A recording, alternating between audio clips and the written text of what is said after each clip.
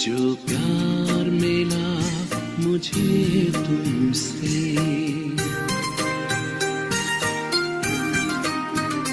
जो प्यार मिला मुझे तुमसे, वर्णन करूं मैं कैसे मुख से। जो प्यार मिला मुझे तुमसे, वर्णन करूं मैं कैसे मुख से।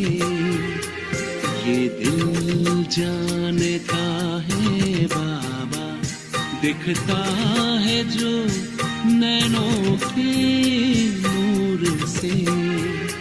जो प्यार मिला मुझे तुमसे,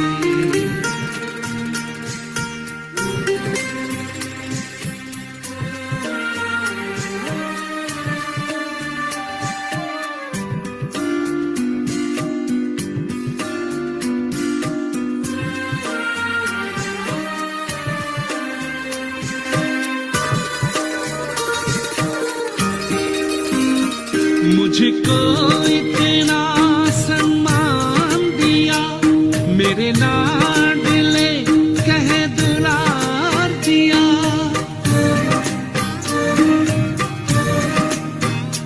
मुझको इतना सम्मान दिया, मेरे लाडले कह दुलार दिया। मेरे इन भूलों को माफ किया, दिव्य गुणों से श्रृंगार किया।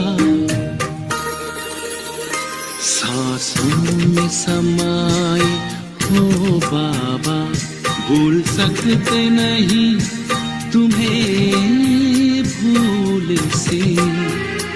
जो प्यार मिला मुझे तुमसे,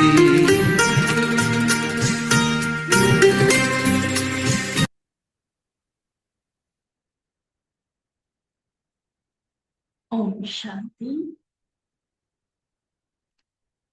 भक्ति में जिस भगवान को हम प्यार का सागर कहे याद किया करते थे, जिसकी प्यार की एक बूंद के लिए तरसते थे, अब ज्ञान मार्ग में इस पुरुषोत्तम संगम युग पर प्यार के सागर की संतान बनकर हम उस निस्वार्थ असीम प्रभु प्यार की पात्र आत्माएं बन गई। कितने न अपने सौभाग्य का हम वर्णन करें, कितना नाज करें अपनी तकदीर पर। हमारे जैसा खुशनसीब और कोई कैसे हो सकता है।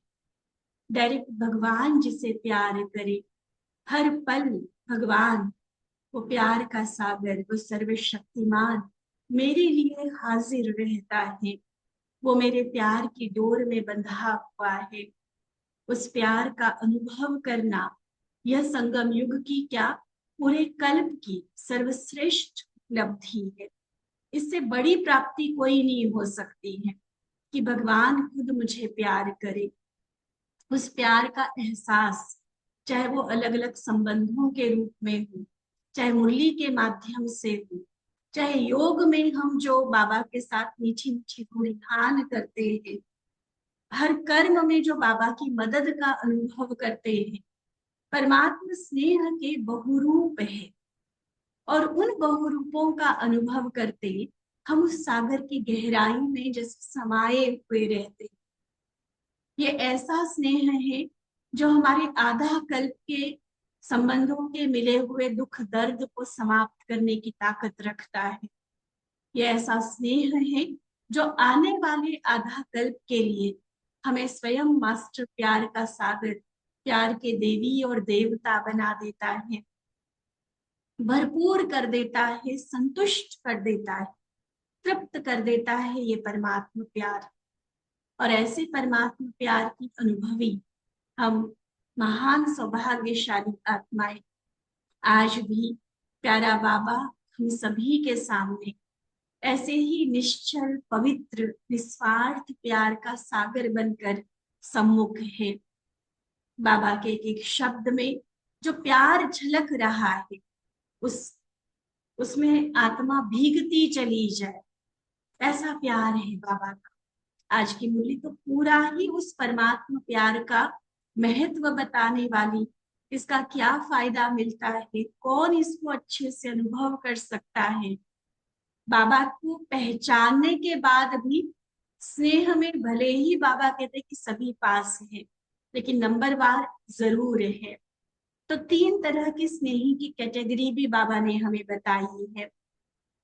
ये बार बार रियलाइज बाबा ने करवाया है कि सोचो, भगवान मिला, भगवान का प्यार मिला, इतना महान भाग्य मिला, कितना कुछ पाया है बाबा से, और उसके बदले अगर थोड़ा सा कहीं हमने कुछ त्याग किया भी है, पुरानी दुनिया का, पुराने संस्कारों का, दुखदाई आदतों का, तो त्याग क्या बड़ी बात है।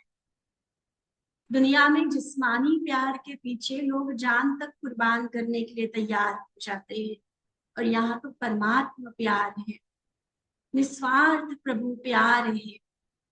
और उसके पीछे क्या हम ये पुरानी कीचड़ पट्टी को स्वाहा नहीं कर सकते? कई बच्चे उसका भी वर्णन बाबा के सामने करने लगते हैं कि देखो हमने आपका बन के ये छोड़ा, ये त्याग किया, ये अपने आप को एडजस्ट किया। आज बाबा ने उस परमात्मा प्यार की वो एक शक्ति हमें बताई है। जैसे शास्त्रों में, क्योंकि वो तो श्री कृष्ण को भी भगवान मानते हैं ना, तो एक बहुत सुंदर दृष्टांत आता है। श्री कृष्ण की पत्नियां दिखाई है, रुक्मिणी और सत्यभामा। तो सत्यभामा को अपनी सुंदरता पर बहुत गर्व था, बहुत अभिमानी दिखाई है सत्यभामा, बहुत सुंदर भी थी, और सभी रानियों में सबसे धनवान घराने की वो थी। तो नेचुरली उसको क्या था, उसका अभिमान हुआ करता था। और शास्त्रों की वो कहानी बड़ी लंबी है। तो उस अभिमान को तोड़ने के लिए नारद जी को निमित्त बनाया गया। नारद जी ने किसी तरह से वो करके उसको इसमें राजी कर दिया कि वो मुझे, मतलब बात बात में उसने इस तरह से कह दिया जैसे वो मुझे कृष्ण दे देंगे। अब कृष्ण तो कोई देने वाली चीज तो है नहीं। अब ब्राह्मण को अगर कोई वचन दिया है और वो ना दे, ना पूरा करे, ये भी ठीक नहीं है। तो युक्ति क्या रची कि चलो कोई बात नहीं, कृष्ण के वजन जितनी स्वर्ण मुद्राएं या जो भी आप सोना खजाने हमें दे सकते वो दे देना, तो वो बराबर का हो जाएगा। सत्यभामा ने सोचा इतनी क्या बड़ी बात है, ठीक है। एक तराजू बड़ा सा बनाया गया, उसमें एक तरफ श्री कृष्ण बैठे और दूसरी तरफ लगभग कितना वेट होता है उस हिसाब से उन्होंने अपना सोना, जो भी जेवरात आदि थे, खजाने थे, स्वर्ण मुद्राएं थी, वो रख दी। लेकिन जितना भी उस पलड़े में डालते जा रहे हैं, श्री कृष्ण का पलड़ा नीचे और वो जेवरात वाला पलड़ा हमेशा ऊपर ही रह रहा था। मतलब वो बराबर जो होना चाहिए वो हो ही नहीं रहा। सारा, मतलब उसने तो अपने शरीर पर पहने हुए जेवर तक उसमें रख दिए, खजाने खाली कर दिए सारे, लेकिन तो भी श्री कृष्ण का पलड़ा भारी। अब उसको कहीं ना कहीं एहसास होने लगा कि कुछ तो गलती हो रही है मेरे से। फिर उसमें उसने कहते कि रुक्मिणी से मदद मांग। ये दृश्य कईयों ने सीरियल शादी में देखा होगा, सुना भी होगा कथाओं में। तो कहते हैं कि रुक्मिणी ने क्या किया, श्री कृष्ण का बड़े प्यार से स्मरण करके एक तुलसी का पत्ता वो उस तराजू पर रख दिया जिसमें जेवरात, खजाने, स्वर्ण मुद्राएं रखी हुई थी। और जैसे ही वो तुलसी का पत्ता रखा गया उस पलड़े में, तुरंत वो बैलेंस हो गया। और यहाँ सत्यभामा को गहराई से एहसास हुआ कि भगवान को जीतने के लिए कोई सोने चांदी जेवरात खजाने काम नहीं आएंगे। भगवान को सिर्फ प्रेम से जीता जा सकता है। ये उस दृष्टांत का सार है। और हम सभी समझते हैं सभी दृष्टांत संगम युग के यादगार। भगवान को हमने अपनी प्यार की डोर में बांधा है। हम कोई दुनिया वाले जैसे है, बहुत विद्वान, बहुत धनवान, रूपवान, ऐसे भले ना भी हो, लेकिन हमारे दिल का गहरा प्यार वो बाबा को हमारे से बांधता है। और फिर जब बाबा का प्यार हम पर बरसने लगता है तो संसार की कोई इच्छा नहीं रह जाती। कोई आकर्षण, कोई मायावी प्रभाव हमें आकर्षित नहीं कर सकता है। तो उस प्रेम की अनुभूति को हम बढ़ाते चले। योग के सब्जेक्ट में भी सबसे जरूरी बाबा से प्रेम है। ज्ञान मिल गया, समझ हो गई कि भगवान कौन है, कैसा है, उसका भेद पा लिया। अब है कि मेरा प्यार कितना गहरा है बाबा के साथ। बाबा का तो अनकंडीशनल है प्यार हमारे से, ना कोई शर्त है, ना वो कोई स्वार्थ रखता है।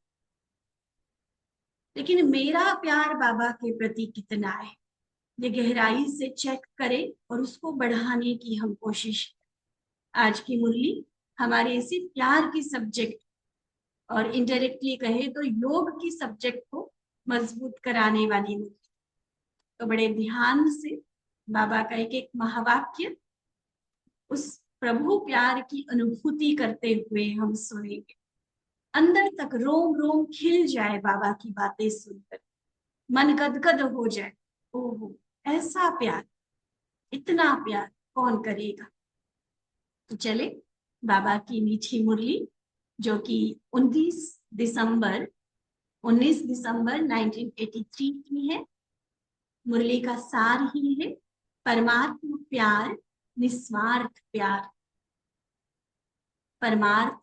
परमात्म प्यार, निस्वार्थ प्यार।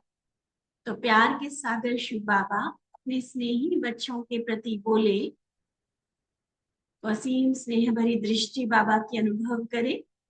आज स्नेह के सागर बाप अपने स्नेही बच्चों को देख रहे हैं। स्नेही सब बच्चे हैं, फिर भी नंबरवार है। एक है स्नेह करने वाला, दूसरे है स्नेह निभाने वाला, और तीसरे है सदा स्नेह स्वरूप बन स्नेह के सागर में समाये हुए। ठीक है, 3 कैटेगरीज। एक है स्नेह करने वाला, स्नेह निभाने वाला, और स्नेह का स्वरूप बन स्नेह के सागर में समाये हुए रहने वाले। नंबर 1 किसको कहेंगे? समाने वालों, जिसको लवलीन बच्चे कहते हैं। लवली और लवलीन दोनों में अंतर है। देखो, एक ही अक्षर ऐड हो गया न, लेकिन दोनों में फर्क है। बाबा का बनना अर्थात स्नेही, लवलीन बनना, सारे कल्प में कभी कभी भी और किस द्वारा भी यह ईश्वरीय स्नेह, परमात्म प्यार प्राप्त नहीं हो सकता। देवी देवताओं का प्यार मिलेगा, लौकिक माँ बाप की रीति से मनुष्य आत्माओं का प्यार मिलेगा, धर्मात्माओं का, महान आत्माओं का, हमारे शुभ चिंतक लोगों का, उनका प्यार हमें मिलेगा। जिनके काम हम आते हैं उनका प्यार, दुआएं मिलेगी। लेकिन भगवान का प्यार वो सिर्फ इस जन्म में नसीब होता है। परमात्मा प्यार अर्थात निस्वार्थ प्यार, परमात्मा प्यार इस ब्राह्मण जन्म का आधार है। परमात्मा प्यार, एक एक पॉइंट नोट करते जाओ, बड़ी प्यारी मुरली है आज। देखो क्या कहा बाबा ने, परमात्मा प्यार, निस्वार्थ प्यार। परमात्मा प्यार इस श्रेष्ठ ब्राह्मण जन्म का आधार है। कोई तो चाहे कविता बना ले, गीत बना ले आज की मुरली पर, इतनी प्यारी मुरली। परमात्मा प्यार हमारी जन्म जन्म की पुकार का प्रत्यक्ष फल है। वो विरह वाली पुकार थी, भगवान कब आओगे, किस रूप में आकर मिलोगे, आओ पावन बनाओ, हमें दुखों से छुड़ाओ। वो पुकार थी, तेरी एक बूंद के प्यासे हम। और अब उस पुकार का फल, डायरेक्ट मिलन हम मना रहे हैं। परमात्मा प्यार नए जीवन का जियदान है। परमात्मा प्यार नहीं तो जीवन निरस, सूखे गन्ने के मुआफिक। सुना, ज्ञानी कितने भी हो, लेकिन अगर बाबा के प्यार का अनुभव नहीं है ना, तो निरस है जीवन, सूखा जीवन, रूखा सूखा जीवन, जैसे सूखा गन्ना होता है। इसलिए परमात्मा प्यार का बहुत महत्व है। परमात्मा प्यार बाबा के समीप लाने का साधन है। परमात्मा प्यार सदा बाप दादा के साथ, अर्थात परमात्मा को साथी अनुभव कराता है। भगवान हमारा साथी है, ये वही गा सकता है जिसका प्यार है बाबा से। परमात्मा प्यार मेहनत से छुड़ाए, सहज और सदा के योगी, योग युक्त स्थिति का अनुभव कराता है। कहते हैं ना, प्यार जिनसे होता है उनको याद करना नहीं पड़ता, स्वतः याद आती है। तो मेहनत नहीं होगी, स्वतः और सहज सदा योग युक्त स्थिति रहेगी। परमात्मा प्यार सहज ही 3 मंजिल पार करा देता है। देखो कितने सारे पॉइंट्स आते जा रहे हैं, क्या क्या है परमात्मा प्यार। और अब आगे बता रहे 3 मंजिल हम पार कर लेते हैं इस परमात्मा प्यार की शक्ति से। कौन सी 3? पहला, देह भान की विस्मृति। देह भान को भूल जाते, मैं ना रहूं तो तू न रहे, बस तुझ में समा जाए, देह भान की विस्मृति। दूसरा, देह के सर्व संबंधों की विस्मृति। माता पिता बंधु सखा एक तुमसे ही प्यार करो बाबा। तो देह के सर्व संबंधों की विस्मृति है। तीसरा, देह की और देह की दुनिया की अल्पकाल की प्राप्ति की आकर्षण में पदार्थों का आकर्षण सहज समाप्त हो जाता है। ठीक है, पहला देह भान भूल गए, दूसरा देह के संबंधों की विस्मृति हो गई, तीसरा जो भी इस दुनिया की चीजें हैं और उन चीजों से, प्रकृति की बनी हुई चीजों से जो भी प्राप्तियां हो रही है, जितनी आकर्षण है वो खींच रही है हमें अपनी तरफ, तो वो आकर्षण समाप्त हो जाती है। त्याग करना नहीं पड़ता, लेकिन सर्वश्रेष्ठ प्राप्ति का भाग्य स्वतः ही त्याग करा देता है। बाबा ने एक मुरली में एग्जाम्पल दिया था, ये 95 की बाबा की मुरली, आगे चलकर हम सुनेंगे वो भी। बाबा ने उसमें एग्जाम्पल दिया है कि एक हाथ में हीरा और एक हाथ में मिट्टी का गोला हो और आपको चॉइस दी जाए कि करो जो चाहिए ले लो, तो क्या लोगे? क्या लोगे? हीरा लेंगे ना।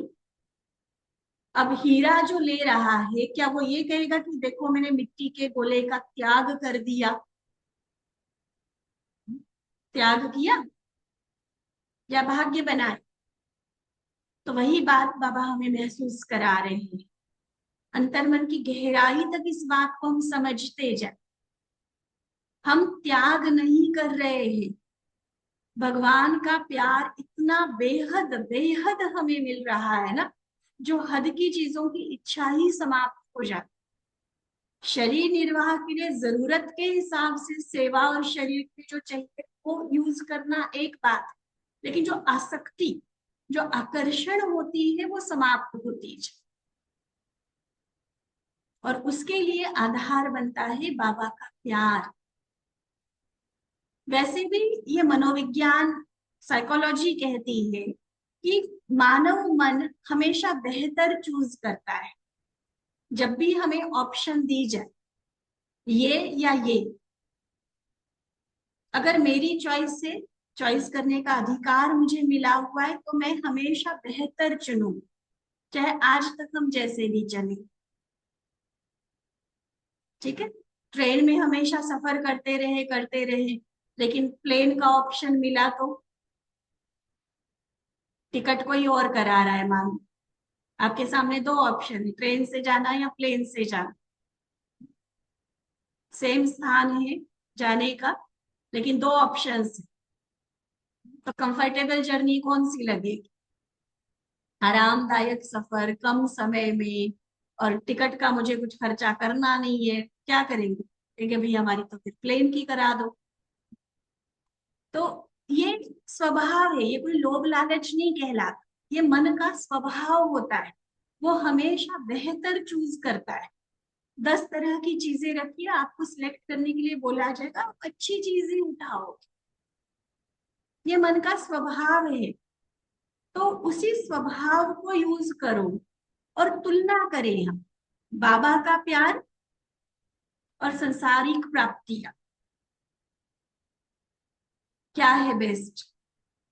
सिर्फ बेहतर भी नहीं,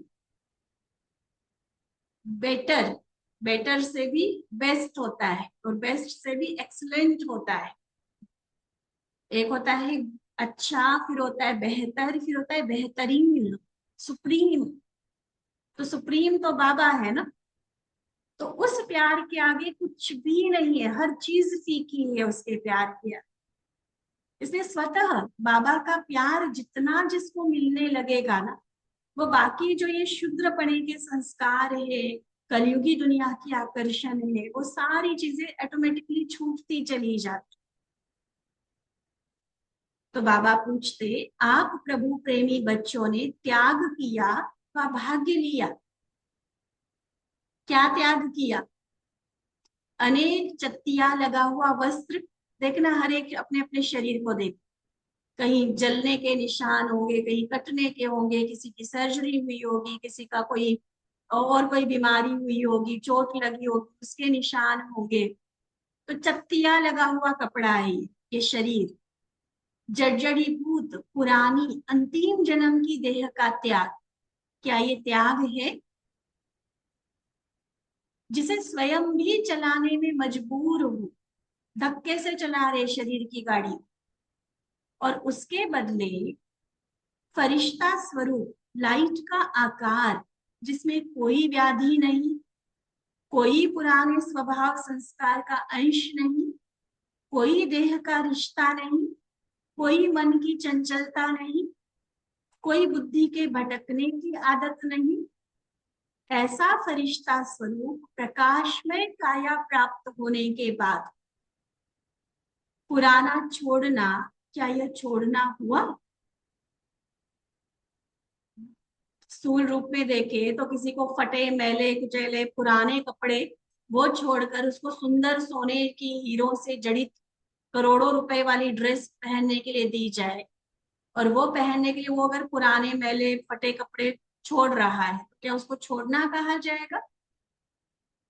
आज फरिश्ता स्वरूप को भी कितना अच्छे से डिफाइन किया, देखो बाबा ने। क्या है फरिश्ता स्वरूप? ये अलग से नोट करना, फरिश्ता जिसमें कोई व्याधि नहीं, कोई पुराने स्वभाव संस्कार का अंश नहीं, कोई मन की चंचलता नहीं, कोई बुद्धि का भटकना नहीं, कोई देह का रिश्ता नहीं।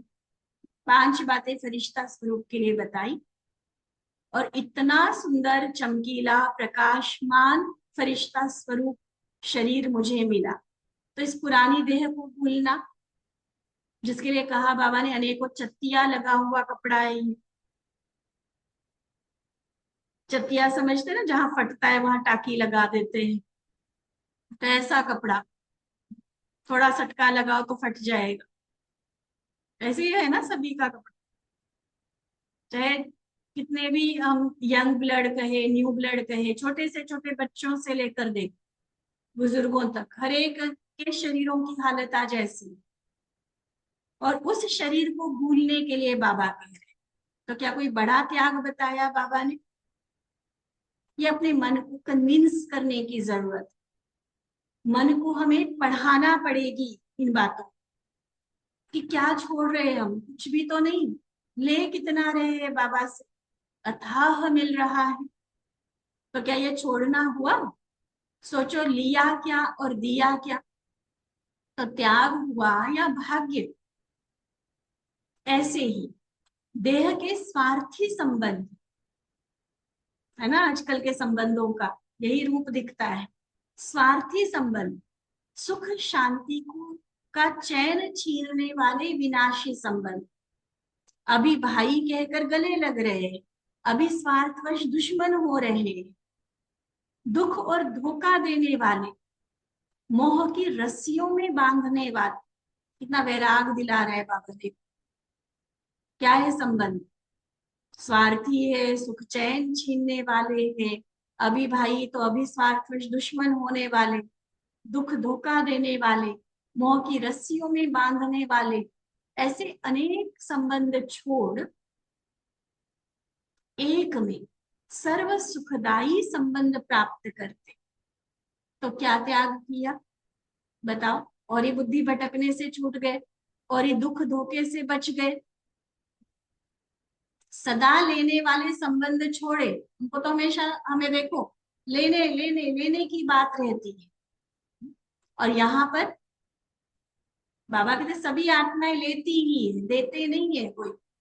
तो एक बाप ही दातापन का प्यार देने वाला है, लेने की कोई कामना नहीं। तभी निस्वार्थ कहा ना भगवान के प्यार।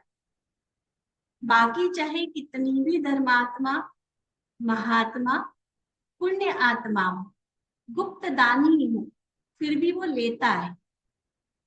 सिर्फ देने वाला एक बाप। स्नेह भी शुभ लेने की कामना वाला। बाबा तो संपन्न सागर है, इसलिए वह दाता है, उसको कुछ लेने की इच्छा नहीं हमारे से। परमात्मा प्यार ही दातापन का प्यार है। सुन रहे मुरली अच्छे से सभी, और अंदर तक वो उस प्यार को समाते चल। इसलिए शुरू में ही कहा, एक एक शब्द में आज छलक रहा है बाबा का प्यार। स्नेह के सागर की लहरें उमड़ रही। बाबा कहता है मैं बच्चे में तुमसे कुछ लेता नहीं हूँ, मेरा तो प्यार ही दातापन वाला प्यार है। मैं तो आया ही हूँ तुम बच्चों को कुछ देने के लिए, इसलिए उनको देना नहीं लेना है। ऐसे ही तीसरी बात देह का बताया बाबा ने, चत्तियों के बदले फरिश्ता शरीर। संबंधों का बताया, दुनिया के संबंध कैसे और बाबा क्या दे रहा है। और तीसरा क्या था? विनाशी पदार्थ, विषय भोग, अर्थात विष भरे भोग है। मेरे मेरे की जाल में फंसाने वाले विनाशी पदार्थ भोग भोग कर क्या बन गए? पिंजड़े के पंछी बन गए ना।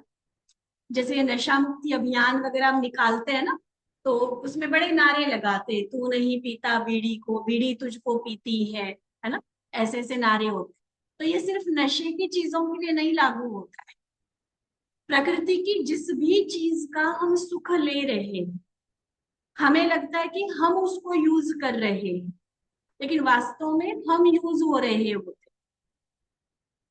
हमारी एनर्जी वो ले रही होती है, हमारी शक्ति डाउन जा रही होती है उस टाइम। और हमें लगता है कि नहीं, हम साधनों का उपभोग कर रहे हैं, साधनों को प्रयोग करके सुख ले रहे हैं। बाबा बहुत क्लियर बता रहे, साधन आप नहीं भोग रहे हो, साधन आपको भोग रहे हैं। पिंजरे के पंछी बन गए, उसी की इतने अधीन हो जाते हैं ना, उसके बिना फिर काम ही नहीं चलता। चाहे वो सोने का गद्दा हो, चाहे वो एसी हो, पंखा हो, बस जिसको जो आदत पड़ती चली जाए ना, फिर उसके बिना रह नहीं सकते। देखो ऐसे कौन कौन से साधनों ने हमें पिंजड़े का पंछी बनाया हुआ है। 100-200 साल पहले भी इतने साधन नहीं होते थे। आजकल घर के हर काम के लिए साधन है, और हमें लगता है कि चलो काम आसान हो गया, टाइम बच गया। तो बचा हुआ टाइम कहाँ लगाया हमने? क्या वो योग तपस्या में लगाया? क्या वो ज्ञान के मनन चिंतन में, कोई टॉपिक तैयार करने में, किसी की सेवा करने में लगाया? तो टाइम बचा के किया, और ही आदतें खराब कर ली। अब किसी दिन लाइट ना आए, हाथ से कपड़े धोने पड़े, कद्दूकस करके कोई टमाटर अदरक को पीसना पड़े, करना पड़े, तो वो भी मन भारी हो जाता। ये छोटे छोटे कामों की बात कह रही हूँ मैं, ऐसे तो बहुत गहराई से खुद को सारे दिन में कितने साधन यूज करते देखो। और वो साधनों को अगर सिर्फ, जैसे शुरू में भी कहा कि सिर्फ शरीर निर्वाह या सेवा के लिए निमित्त मात्र प्रयोग करते, ट्रस्टी बनकर प्रयोग करते हैं तो ठीक, सच में जितनी जरूरत है उतना ही प्रयोग करते तो ठीक है। लेकिन धीरे धीरे कब हमें उन चीजों की आदत पड़ जाती है हमें खुद नहीं पता चलता, फिर उसके बिना रह नहीं सकते। इसको बाबा ने कहा पिंजड़े के पंछी। खुद ही ऐसी आदतें खुद की बिगाड़ते चले जाते हैं। वो लगती नहीं है, निगेटिव नहीं होती, जरूरी नहीं कि निगेटिव आदतें। निगेटिव को तो ब्राह्मण आत्मा बहुत जल्दी कैच कर लेती, लेकिन धीरे धीरे ये अच्छी साधन जिसको हम कहते हैं, खुदाई साधन जिसको कहते हैं, उसी के जब हम कब आदी हो गए, हैबिचुअल कब हो गए, पता भी नहीं चलता। तो ऐसे पदार्थ जिसने कखपति बना दिया, क्या किया, खर्चा ही करते आए हैं ना। साधन लेने का खर्चा अलग, या बनाने का, और फिर उसको मेंटेनेंस का खर्चा, वो कोई कम होता है क्या? तो तन की एनर्जी, मन की एनर्जी और धन भी तो लगा रहे हैं, कखपति हो गए, कंगाल हो गए, उन साधनों के पीछे पड़े हुए हैं। उसके बदले सर्वश्रेष्ठ पदार्थ देते जो पदमा पदम पति बनाने वाले। तो पदम पाकर कख छोड़ना, क्या यह त्याग हुआ? सोचो, फरिश्ता शरीर लेना है इसलिए पुराने शरीर को भूल गए, एक बाबा से सर्व संबंधों का परफेक्ट वाला सुख लेना है इसलिए दुखदाई धोखे वाले संबंधों को छोड़ा, और पद्मों की कमाई करनी है इसलिए वो कख वाले साधन छोड़ दी। तो क्या यह त्याग हुआ? परमात्म प्यार भाग्य देने वाला है, त्याग तो स्वतः हुआ पड़ा है। ऐसे सहज सदा के त्यागी ही श्रेष्ठ भाग्यवान बनते हैं। अब बच्चों का रिजल्ट बाबा सुना रहे, बच्चों की रुहान चलती है ना बाबा से, उसका रिस्पॉन्स बाबा देते। कभी कभी बाबा के आगे कोई लाडले ही कहे, लाड प्यार दिखाते कि हमने इतना त्याग किया, इतना छोड़ा, फिर भी ऐसे क्यों? बाप दादा मुस्कुराते हुए बच्चों को पूछते हैं, सोचो छोड़ा क्या और पाया क्या? कौन सा पलड़ा भारी है? पाया ज्यादा है ना, पदमा पदम गुना पाया है। अब इसकी लिस्ट निकाल, आज होमवर्क दे रहा है बाबा, क्या छोड़ा क्या पाया, कौन सा तरफ भारी है, छोड़ने का व पाने का? चलो डिटेल लिस्ट तो बाद में निकाल लेना, लेकिन अभी भी क्या महसूस करते हैं? पाया ज्यादा है ना, छोड़ा क्या है हमने? दुखदाई चीजें ही तो छोड़ी है, अच्छी चीजें तो बाबा ने कभी कहा नहीं छोड़ने के लिए। और वैसे भी देखो, एक और गहरा राज बाबा बता रहे, वैसे भी आज नहीं तो कल तो छोड़ना ही है। या हमको ये इसी शरीर में सदा सदा के लिए रहने वाले, छोड़ेंगे ना। जिसका जन्म हुआ है उसकी मृत्यु अवश्य है, शरीर को छोड़ना ही है। संबंध भी कभी ना कभी, चाहे वो शरीर छोड़े हम छोड़े, संबंध भी खत्म होने ही होने हैं। और दुनिया के पदार्थ वो तो विनाश की समाप्ति का बाबा ने बता ही दिया है समय। उसमें वैसे भी सारा रोड, करोड़ों की हो, पद्मों की हो, जो भी हो, जमीन जायदाद पदार्थ सब खत्म होने हैं। तब भी तो छोड़ना पड़ेगा ना। जैसे मान लो किसी व्यक्ति का बहुत फेवरेट कप है, किसी को हाथ भी नहीं लगाने देता, बस मुझे इसी कप में पानी पीना है, इसी कप में दूध पीना है, इसी में चाहे जूस चाय जो भी है वो इसी में लेना है, बड़ा फेवरेट कप, किसी और को लेने भी नहीं देता, नहीं जी मेरा है। और किसी दिन वो टूट गया तो फिर भी तो छोड़ना पड़ेगा ना। तो ये देह, देह के संबंध और देह के पदार्थ, वो उसी तरह से टूटने के बाद जो मन दुखी करके छोड़ो, इससे तो अच्छा अभी बाबा के प्यार से खुद को भरपूर करके उनको छोड़ दो। जब बेहतरीन चीज मिल रही है तो वो कख की चीजों में क्यों फंसे रहे? मजबूरी से भी तो छोड़ना ही पड़ेगा ना बाद में। अगर पहले से ही समझदार बनकर प्राप्त कर फिर छोड़ा तो वह छोड़ना हुआ क्या? भाग्य के वर्णन के आगे त्याग तो कौड़ी है, कौड़ी जितना त्याग किया है और पाया हीरे मोती रतन पाए हैं। भाग्य हीरा है, ऐसे समझते हो ना। इसलिए मैंने इतना त्याग किया, मैंने इतना छोड़ा, इसलिए मुझे मान दिया जाए, मुझे पूछा जाए, मेरे साथ इस तरह का व्यवहार हो या ये ना हो। ये कंडीशंस नहीं रहो। जिसके कहने पर किया है ना, जिसकी श्रीमत पर किया है, वो ऑलरेडी उस त्याग के बदले हमें पदम पदम गुना प्राप्तियों से भरपूर कर रहा है। तो किसी मनुष्य से लेने की इच्छा हम क्यों रखते हैं? फिर बाबा के आगे रोएंगे कि बाबा ऐसा क्यों हुआ मेरे साथ, हमने तो इतनी सेवा की थी, हमने तो इतना अपना आराम का भी त्याग करके ये किया था, वो किया था। अरे किया तो बाबा बैठा है ना उसका देने के लिए। क्यों हम मनुष्यों से एक्सपेक्ट करते हैं कि वो मेरे लिए कुछ करें? मैंने उनके लिए नहीं किया है, मैंने बाबा की श्रीमत पर किया है, और मेरा हिसाब बाबा करेगा। किसी और से लेने वाले नहीं बनना है। वहां मन हमारा दुखी हो जाता है। कहीं ना कहीं हम उस पिंजड़े में कब फंस जाते हैं हमें पता नहीं चलता। इसलिए बाबा कहते हैं ये पलटा, तराजू साथ रखो, पाया क्या और छोड़ा क्या।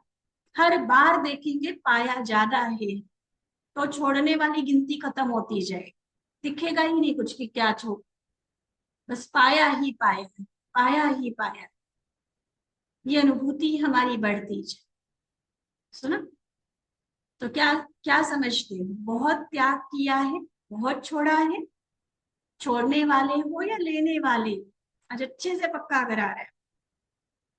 कभी भी स्वप्न में भी ऐसा संकल्प किया तो क्या होगा? तो एक और गहरी कर्म गति बाबा बता रहे हैं। पहले तो बाबा ने सारा प्यार प्यार में समझा दिया, है ना? इतना मिलता है बच्चे, इतना मिलता है, तो उसके बदले उतना सा छोड़ना क्या बड़ी बात। दूसरा, समय की पहचान के साथ दिमाग को भी बाबा ने कन्विंस कराया कि बाद में भी तो छोड़ना ही है बच्चे, अभी समझदारी से छोड़ो, बाबा की आज्ञा पालन करने के भी मार्क्स मिल जाएंगे, है ना? बाद में भी तो मजबूरी से छोड़ना है, तो इससे तो अच्छा समझदारी से छोड़ो। और अब तीसरा पॉइंट और गहरा, अगर स्वप्न में भी कभी ऐसा संकल्प किया कि मैंने छोड़ा है, मैंने त्याग किया है, तो अपने भाग्य की रेखा, मैंने किया मैंने छोड़ा, इससे लकीर को मिटाने के निमित्त बन जाते। जैसे कहते ना कि ये किराए पर पानी फेर दिया। जहां मैंपन आ गया, मैंने किया मैंने छोड़ा मैंने इतना त्याग किया, तो त्याग त्याग त्याग ही करते रहेंगे। जो भाग्य बनना था वो लकीर खत्म कर दी, अपनी तकदीर को खुद ही लकीर लगा, भाग्य से वंचित हो गए खुद ही। क्या कारण बना? मैंने किया मैंने छोड़ा। इसलिए अब ये बाबा की बहुत गहरी सावधानी कि इसलिए स्वप्न में भी कब ऐसा संकल्प नहीं करना। करेंगे पक्का? अपने आप से प्रॉमिस करो कि संकल्प में भी ये हम नहीं लाएंगे कि मैंने ये छोड़ा। देखो बाबा का बने, पहले हम इतना घूमते करते थे, होटल्स में खाते थे, इतना मजा करते थे, एंजॉय करते थे। अब तो ना बाबा का बन के सब छोड़ दिया जी हमने। छोड़ दिया हकीकत है, ठीक है, झूठ नहीं बोल रहे हैं, लेकिन वो छोड़ दिए में जो एक दुख वाला जो भाव जागता है ना, त्याग वाली जो वो बात आती है कि देखो मैंने कितना त्याग किया। अरे त्याग क्या किया, उसके बदले में बाबा ने कितना दिया देखो ना। तो त्याग गिनती करवाने की भी क्या जरूरत है जरूरत त्याग गिनती करवाने की? बाबा ने एक बहुत बड़ा लॉस बता दिया उसका, अगर ये गिनती करते रहोगे आगे जो भाग्य बनना है वो बनाने से वंचित रह जाए, वहीं के वहीं भाग्य रुक जाएगा हमारा। इसलिए क्या पक्का प्रॉमिस अपने आप से भी बाबा से भी कि संकल्प में भी स्वप्न में भी हम ये नहीं सोचेंगे कि हमने ये छोड़ा ये त्याग। अच्छा है ना, पीछा छूटा, गंदी चीजें थी, गलत थी, अच्छा है, खत्म हुआ, पैसे भी बच गए, स्वास्थ्य भी अच्छा हो गया, कितना अच्छी पर्सनालिटी हमारी बनती जा रही है, आध्यात्मिक उन्नति हो रही है, योग अच्छा लग रहा है, फायदे तो गिनते जाओ। ठीक है, इसलिए त्याग की गिनती नहीं करना। बाबा कहते प्रभु प्यार सदा समर्पण भाव स्वतः ही अनुभव कराता है। समर्पण भाव बाप समान बनाता है। तेरी हूं तो तेरे समान बन जाओ। ठीक है, समर्पण भाव बाप समान बनाता। परमात्मा प्यार बाबा के सर्व खजानों की चाबी है, क्योंकि प्यार व स्नेह अधिकारी आत्मा बनाता है। विनाशी स्नेह देह का स्नेह राज्य भाग्य गवाता है। इतिहास भरा पड़ा ऐसी कहानियों से। बड़े बड़े राजा किसी नर्तकी के प्यार में पड़ गए, राजपाट गवा दिया सर। भोग लालसा में फंस गए, उसी के मंत्रियों ने उसको निकाल दिया, राजभाग्य गंवाना पड़ा, क्योंकि देह का प्यार, जिस्मानी प्यार था। और यहाँ है परमात्मा प्यार, ये हमें अधिकार दिलाता है। अनेकों राजाओं ने विनाशी स्नेह के पीछे राज्य भाग्य गवाया। विनाशी स्नेह भी राज्य भाग्य से श्रेष्ठ माना गया है, अब सोचो। और परमात्मा प्यार गवाया हुआ राज्य भाग्य सदा के लिए प्राप्त कराता है, डबल राज्य अधिकारी बनाता है, स्वराज्य और विश्व का राज्य पाते। ऐसे परमात्मा प्यार प्राप्त करने वाली विशेष आत्माएं हो। सुना बाबा की बात, नशा चढ़ना जी। जैसे हम इससे पहले भी मुरली में कह रहे थे ना कि ऐसी ऐसी कुछ बाबा की बड़ी इंपॉर्टेंट मुरलियां है, इनको ना अलग से सेव करके रखो अपने पास। चाहे ये ऑडियो जो हम चर्चा कर रहे हैं जिसमें ये वाली मुरली अलग से प्लेलिस्ट में बना के सेव करके रखो, चाहे जो टेक्स्ट में मुरली होती है लिखत वाली मुरली, उसको अलग से संभाल के अपने पास रखो। डायरी में जहां नोट्स लिए हैं उसको खास हाईलाइट करके रखो। और जब कभी भी मन थोड़ा सा भी डावाडोल होने लगे ना, कहीं और आकर्षित होने लगे, कहीं थोड़ा सा मूड ऑफ होने लगे, कहीं दूसरों की बातों का प्रभाव मन में बढ़ने लगे, ऐसी मुरलियां निकाल के पता चले बाबा का प्यार क्या चीज है। और ये सिर्फ नहीं कि ऐसे टाइम पर निकालो, इसको रोज चाहे ऐसी मुरली सुनो, पढ़ो और गहराई तक उस परमात्मा प्यार का हम अनुभव करते चले। मैं तो मुरली के सार में यही कहूंगी कि परमात्मा प्यार का अगर अनुभव नहीं ना ब्राह्मण जीवन में, तो वो अधूरे ब्राह्मण है, अधूरे ब्राह्मण। अगर भगवान का प्यार ही नहीं अनुभव किया तो ज्ञानी बनकर किया क्या? फिर परमात्मा मिलन का सुख भी वो कहाँ ले पाए। इसलिए ये प्यार है सभी का, लेकिन अब और बेहद में चले। जितना बेहद प्यार बाबा हमें करता है ना, सारी हदें तोड़कर, वो जो स्नेह की कैटेगरीज बताई ना, करने वाले हम सभी हैं, निभाने वाले भी मेजॉरिटी है, लेकिन अब हम बने स्नेह में समाने वाले।